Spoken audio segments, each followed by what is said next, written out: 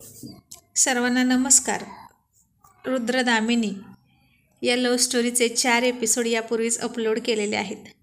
कृपया ते सर्व एपिसोड ऐकण्यासाठी आपल्या चॅनलला भेट द्यावी. आणि ही कथा प्रतिलिपीवरती सुद्धा सुरू झालेली आहे, त्यामुळे तिथेही जाऊन ती तुम्ही नव्या ढंगामध्ये ऐकू शकता. रुद्रनं दामिनीला विचारलं की तू इथे का राहायला आली आहेस?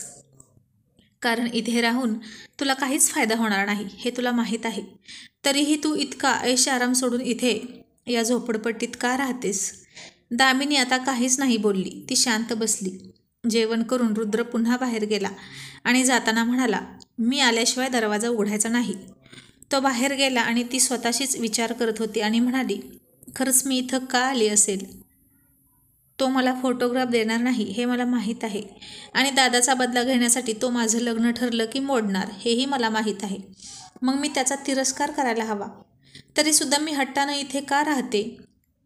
इतक्या हालाकीच्या परिस्थितीची सवय नाही मला. तरीही मी काहीही तक्रार न करता कशी काय ॲडजस्ट करत राहते इथे. आणि आता तिला आठवलं की एक दिवस शॉवर बिघडला होता तिच्या बाथरूममधला, तर तिने हट्ट करून लगेचच्या लगेच तो नीट करून घेतला होता. तिची आई म्हणाली होती की आजच्या दिवस बकेटने आंघोळ कर, पण नाही. दामिनीने एका पायावर शॉवर दुरुस्त करून घेतला आणि मगच आंघोळीला गेली. आणि आता ती चक्क सार्वजनिक नळावरचं बकेटने पाणी आणून आंघोळ करत होती, तेही इतक्या कमी जागेत. त्याला बाथरूम तरी कसं म्हणायचं? बाथ म्हणजे अंघोळ, आणि आंघोळ करायची जागा म्हणून त्याला बाथरूम म्हणायचं का? असा प्रश्न तिला पडला. आणि तिने त्या मोरीकडे पाहिलं. कशी राहतात ना ही लोक या इतक्या गरिबीत, कमी जागेत, असं ती स्वतःशीच म्हणाली. मग पण मी इतकी श्रीमंत असताना इथे का आले असा विचार करत असताना तिला आईची आठवण झाली आणि तिने आईला कॉल केला. आता तिची आईसुद्धा फोनवर रडत होती. तिची आई साधी भोळी होती. तिच्या चेहऱ्याकडे बघूनच रुद्रने ते फोटो न्यूजपेपरमध्ये दिले नाहीत, पण तरीही त्यानं विशालला माफ केलं नव्हतं. अग्निहोत्री घराण्याची जी इज्जत अख्ख्या जगासमोर आली असती, आईच्या पाया पडण्यामुळे ती फक्त आता सिक्रेट राहिली होती आणि ती रुद्रच्या हातात होती. आणि आता अग्निहोत्री घराण्याची तीच इज्जत चक्क रुद्रच्या घरात राहत होती आणि रुद्र तिचंच रक्षण करत होता. विशाल आणि त्याचे वडील एकसारख्या स्वभावाचे होते, करारी आणि कर्तव्यदक्ष. दामिनीनं आईला समजावलं. आई म्हणाली, दामिनी कशी आहेस बेटा? मला तुझी खूप काळजी वाटते. दामिनी म्हणाली, आई काहीसुद्धा काळजी करू नकोस, मी व्यवस्थित आहे. आई म्हणाली, आणि तो तुला त्रास देतो का? त्यानं तुला काही केलं तर नाही ना? कशी राहतेस तू त्याच्यासोबत? दामिनी, अगं तो एक तरुण पुरुष आहे आणि तूही तरुण आहेस. असं इतरांच्या घरी राहणं बरं दिसत नाही बाळा. घरी ये. लोक काय म्हणतील अगं? तोंडात शेण घालतील. दामिनी म्हणाली, आई त्याचा उद्देश दादाला त्रास देणं हा आहे. मला त्रास होतोय तो फक्त त्याची बहीण आहे याचा. वैयक्तिक त्याचं आणि माझं काहीच भांडण नाही. आणि लोकांचं म्हणशील तर 4 दिवस चर्चा करतील आणि सोडून देतील. म्हणतील की मुलगी शिकली आणि बिघडली, गुंडांच्या नादी लागून पळून गेली. पण खरं काय आहे आपल्याला माहीत आहे ना. तू त्रास करून घेऊ नकोस. पण आई, ते फोटोग्राफ जर सगळ्यांसमोर आले तर आपली इज्जत काय राहील अगं? आई म्हणाली, बघ ना गं, विशालसुद्धा वडिलांसारखाच आहे. रागाच्या भरात विचार न करता काहीही बोलून जातात ते दोघंसुद्धा. पण समोरच्याच्या मनावर जखम होते ना त्या शब्दानं, याचा काडी मात्र विचार करत नाहीत ते. आता त्यांच्यात शब्दाचं केवढं मोठा परिणाम भोगावा लागत आहे तुला. दामिनी म्हणाली, आई द्रौपदीच्या अशाच विचार न करून बोलण्याने महाभारत घडलं होतं. कारण तिनं दुर्योधनाचा आंधळ्याचा मुलगा आंधळा असं बोलून अपमान केला होता आणि हसली होती. तोच शब्द दुर्योधनाच्या जिव्हारी लागला होता. त्याचा अपमान झाला आणि त्यानं तिचा बदला घेण्यासाठी इतकं मोठं कांड केलं आणि महाभारत घडलं. तसंच दादाच्या शब्दानं हे सगळं घडत आहे. दामिनी, हे कुठपर्यंत चालणार असं आईनं विचारलं. आणि दामिनी निश्वास सोडत म्हणाली, माहीत नाही हे कधी संपेल. कारण ही दुश्मनी संपवणं फक्त रुद्रच्या हातात आहे.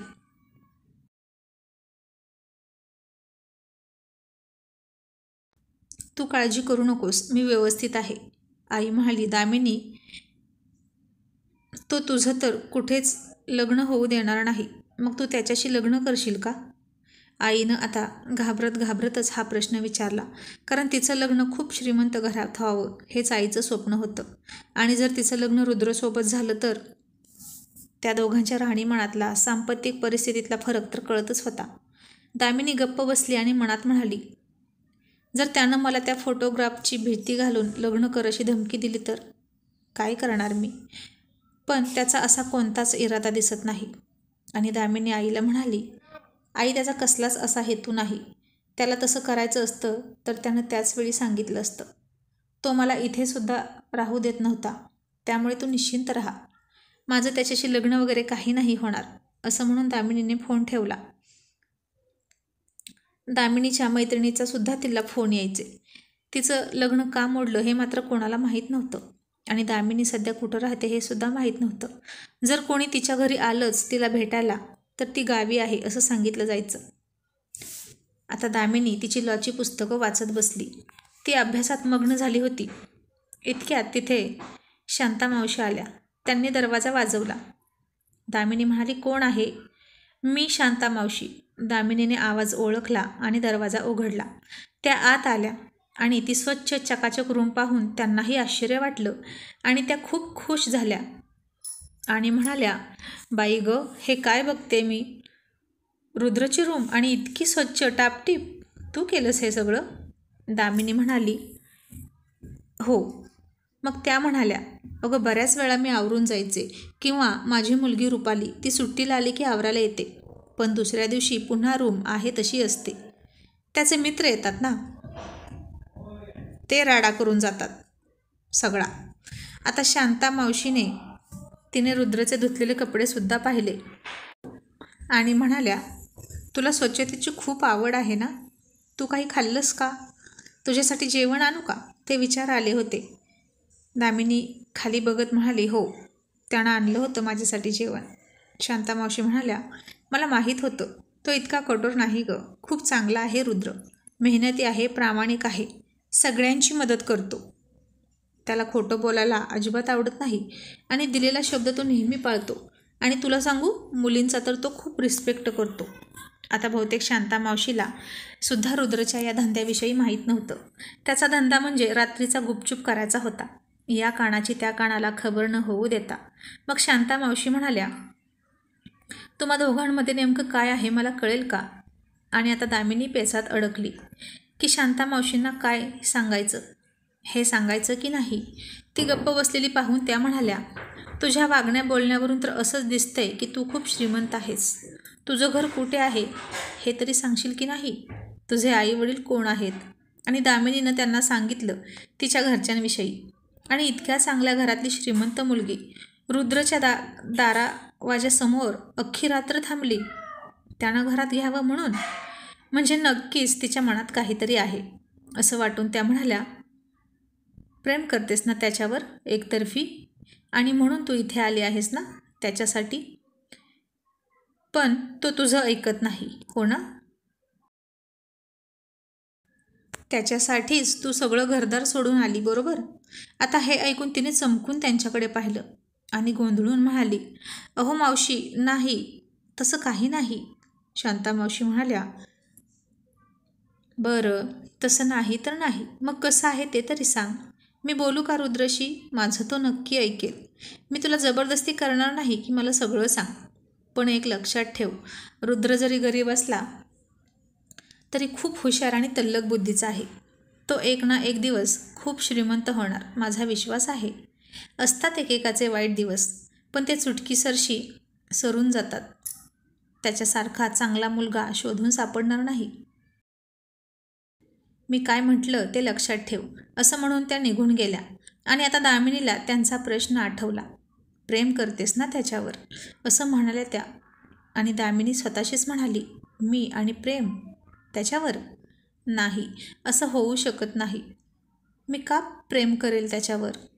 मी दादाला म्हणाले आहे की मी त्याची रखेल म्हणून इथं राहीन, पण रुद्रला हे मान्य नाही. तो फक्त दादाला सोनवण्यासाठी हे सगळं म्हणत असतो. वारंवार ते शब्द ऐकून दादाला त्रास व्हावा म्हणून, स्वतःचा त्रास कमी व्हावा म्हणून रुद्र दादाला त्रास देतो. रुद्र त्याच्या नावासारखाच कोपिष्ट आहे. जोपर्यंत तो स्वतःहून शांत होत नाही तोपर्यंत त्याला कोणीच समजावू शकत नाही. आणि हे तोपर्यंत घडत राहणार जोपर्यंत त्याचा दादावरचा राग कमी होत नाही.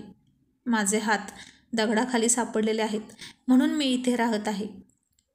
रुद्रपासून मला धोका नाही हे मला माहीत आहे. कारण त्याला जर काही करायचंच असतं तर त्यानं इतकी संधी असूनही त्या रात्रीच केलं असतं माझ्यासोबत. पण तो माझ्या बाबतीत असं करणार नाही मला माहीत आहे. शांता मावशी म्हणतात तशा तो खरंच मुलींचा रिस्पेक्ट करतो. पण माझा काही दोष नसताना मी यात भरडले गेले. यात दादा इतकाच तो सुद्धा दोषी आहे.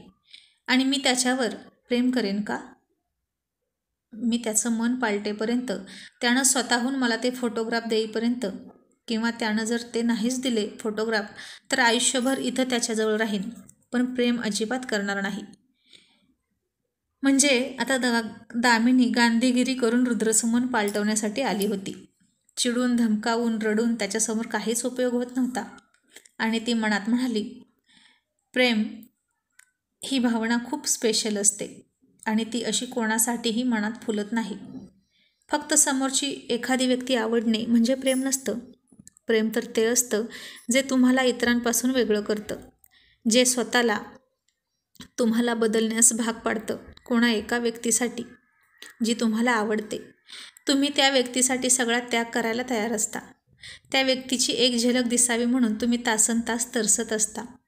प्रेम करणं म्हणजे आजूबाजूला सगळं वातावरण धुंद होणं, अख्ख्या जगाला विसरून जाऊन फक्त तीच एक व्यक्ती लक्षात राहणं, तिच्या आठवणीनं पोटात फुलपाखरं उडणं, मोरपिसापेक्षाही हलकं होऊन हवेवर तरंगत राहणं. त्याच्या डोळ्यात पाहिलं की त्यानं पुन्हा पुन्हा आपल्याकडे पाहावं म्हणून स्वतःला सारखं आरशात निरखून पाहू वाटणं.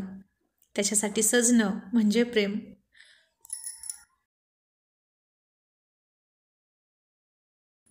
तो नाही दिसला तर मन कावरं बावरं होणं असं असतं प्रेम. तहानभूक विसरून फक्त त्याच्या आठवणीवर जगणं असं असतं प्रेम. तिचं लग्न जमलं होतं. अशा फिलिंग तिथेही नव्हत्या तिला होणाऱ्या नवऱ्याविषयी. अरेंज मॅरेज होतं म्हणजे तिथंही प्रेम नव्हतं, पण लग्नानंतर होतं आपोआप नवरा बायकोमध्ये प्रेम असं म्हणून ती लग्नाला तयार झाली होती. म्हणजे दामिनीला अजूनही तिला अपेक्षित होतं तसं प्रेम कोणासोबतही झालंच नव्हतं. आणि तिनं पुन्हा पुस्तकात डोकं घातलं. आता संध्याकाळ होत आली होती. दामिनीला चहाची तल्लफ झाली. तिला चहा प्यायचा होता. तिने शोधाशोध केली. चहाचं साहित्य तर लगेच सापडलं, कारण न सापडायला कुठे काय होतं. तेवढंच तर होतं तिथं. दूध नव्हतंच, ब्लॅक टी तरी करावा असं तिला वाटलं.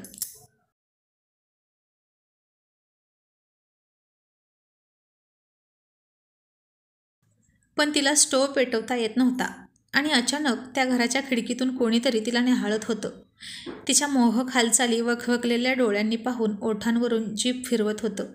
तिचा नाजूक सुंदर सुकुमार तजेलदार देह पाहून त्याच्या तोंडाला पाणी सुटत होतं. तिला याची कल्पनाच नव्हती. आणि अचानक त्या व्यक्तीला पाठीमागून त्याची कॉलर पकडून रुद्रनं समोर घेतला आणि त्याला जोरात सणसणीत कानाखाली वाजवली. रुद्र आता फार चिडला होता. त्याचे डोळे रागाने लाल झाले होते आणि एकामागून एक अशा 4-5 सणसणीत कानाखाली त्यानं वाजवल्या. तो त्या गल्लीतीलच एक मुलगा होता. आल्यापासून तो दामिनीला पाहत होता. सकाळी ती पाणी आणायला नळावर गेली तेव्हाही पाहत होता. दामिनीला रुद्रनं घरातून बाहेर पडायचं नाही अशी सक्त ताकीद दिली होती. ती दार लावून बसलीच होती आणि हा घरापर्यंत पोहोचला होता तिला पाहण्यासाठी. रुद्र त्याला मारण्यासाठी तिथलंच एक लाकूड उचललं आणि तो मुलगा जीव वाचवून पळत गेला.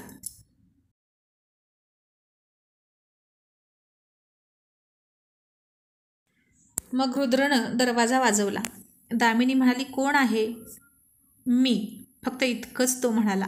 तिने त्याचा आवाज ओळखला आणि दरवाजा उघडला आणि त्यानं आत आल्या आल्या एक रस्सी घेतली आणि आतून खिडकी पॅक करून टाकली. तिला तर काहीच समजत नव्हतं की तो काय करतोय.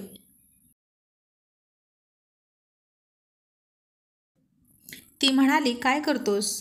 तो काहीच बोलत नव्हता. त्यानं ती खिडकी घट्ट बांधली. ती म्हणाली, अरे दिवसा मोकळी हवा येण्यासाठी तरी खिडकी राहू दे ना उघडी. खूप कोंडल्यासारखं होईल. दरवाजासुद्धा बंद असतो ना. तो चिडून म्हणाला, तुला मोकळी हवा पाहिजे असेल तर इथून निघून जा. मी तुला अडवलं नाही, पण इथे असेपर्यंत मी सांगतो तसंच राहायचं. एकतर तू इथे आल्यापासून माझं टेन्शन वाढलं आहे. आता त्याचा आवाज आणि राग पाहून ती शांत झाली आणि हळूच म्हणाली, मी तर काहीच नाही केलं तुला टेन्शन येण्यासारखं. आणि तो म्हणाला, तू काही नाही केलं, पण तुझं ते सौंदर्य. आणि असं तो म्हणणार इतक्यात शांत बसला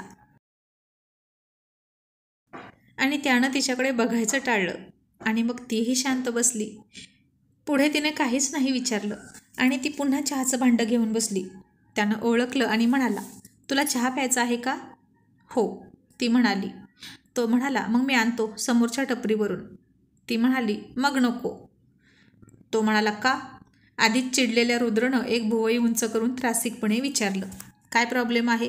तो सुद्धा चहाच आहे ना?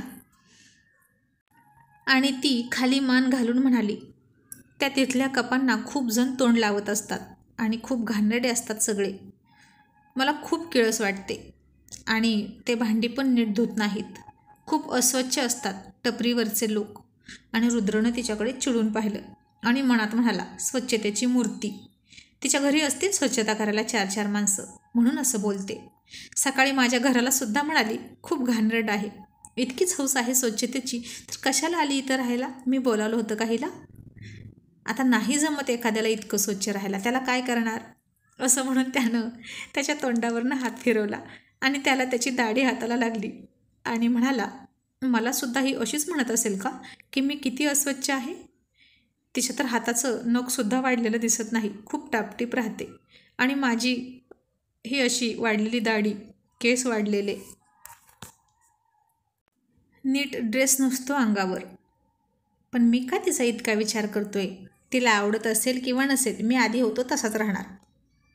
असं म्हणत मग तो तिला म्हणाला, ठीक आहे, मग जेवणसुद्धा तुला बाहेरचं चालणारच नसेल. तुला बनवता येतं का चहा जेवण? ती म्हणाली, हो. रुद्र म्हणाला, मग आजपासून तुझ्यासाठी तू इथेच जेवण बनव. दामिनी आता थोडी खुश झाली, पण म्हणाली, मला गॅस नाही पेटवता येत आणि हा थोडा वेगळाच आहे ना? रुद्र हसून म्हणाला, तो गॅस नाही, तो स्टोव आहे. कधी पाहिला नाही का? ती म्हणाली, नाही, आमच्या घरी तर पहिल्यापासून गॅस आहे. आणि त्यानं तिला तो कसा पेटवायचा हे शिकवायला सुरुवात केली, पण तिला एकदा सांगून समजलं नाही. तो म्हणाला, कळलं का? ती म्हणाली, नाही कळलं. मग त्यानं तो पुन्हा विझवला आणि पुन्हा म्हणाला, नीट बघ. मग त्यानं पुन्हा दुसऱ्यांदा पेटवला आणि म्हणाला, आता कळलं का? ती बारीक तोंड करून म्हणाली, नाही कळलं. आणि तो चिडून म्हणाला, आता शेवटचं दाखवतोय, नीट बघ. हे असं अगोदर पिन टाईट करायची, मग इकडून पंप मारायचा, मग तिकडून रॉकेल बाहेर येतं, मग काडीपेटी पेटवायची आणि रॉकेलला लावायची, मग पुन्हा पंप मारायचा, मग ही छोटी पिन घेऊन या बर्नरच्या मध्ये घालायची आणि मग झालं, पुन्हा एकदा पंप मारायचा.